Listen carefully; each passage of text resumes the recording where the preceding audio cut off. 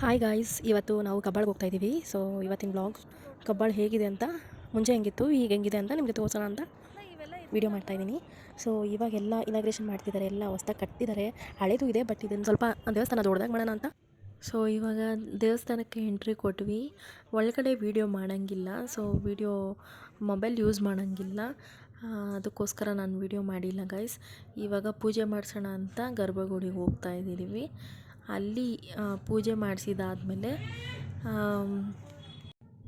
ನಾವು ಈ ಕಡೆ ಶಾಪಿಂಗ್ಗೆ ಅಂತ ಬಂದ್ವಿ. ದೇವ್ರ ಫೋಟೋಗಳೆಲ್ಲ ಇತ್ತು, ಅಲ್ಲಿ ಮುಗಿಸ್ಕೊಂಡು ಇಲ್ಲಿ ತಡೆ ಓಡಿಸೋಣ ಅಂದ್ಬಿಟ್ಟು ಬಂದೆ. ಸೊ ಇಲ್ಲಿ ತಡೆ ಓಡಿಸ್ಕೊಳ್ಳೋಕ್ಕೆ ಒಂದು ಅಮೌಂಟ್ ಪೇ ಮಾಡಬೇಕಾಗತ್ತೆ. ಸೊ ಅಲ್ಲಿ ತಡೆ ಓಡಿಸ್ಕೊಂಡು ಅಲ್ಲಿಂದ ಇನ್ನೊಂದು ದೇವಸ್ಥಾನ ಇದೆ, ನಂದಿ ದೇವಸ್ಥಾನ.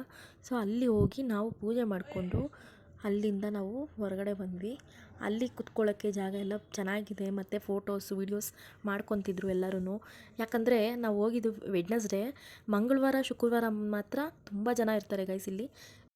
ಆ್ಯಂಡ್ ಇಲ್ಲಿ ಎಷ್ಟೊಂದು ಜನ ಅಡುಗೆ ಮಾಡ್ಕೊಂಡು ತಿಂತಾರೆ, ಅಡುಗೆ ಮಾಡಿ ಕೊಡ್ತಾರೆ. ನೀವು ಅವ್ರಿಗೆ ಚಿಕನ್ ಎಲ್ಲ ಕೊಡಿಸಿದ್ರೆ ಅವರೇ ಅಡುಗೆ ಎಲ್ಲ ಮಾಡಿಕೊಡ್ತಾರೆ.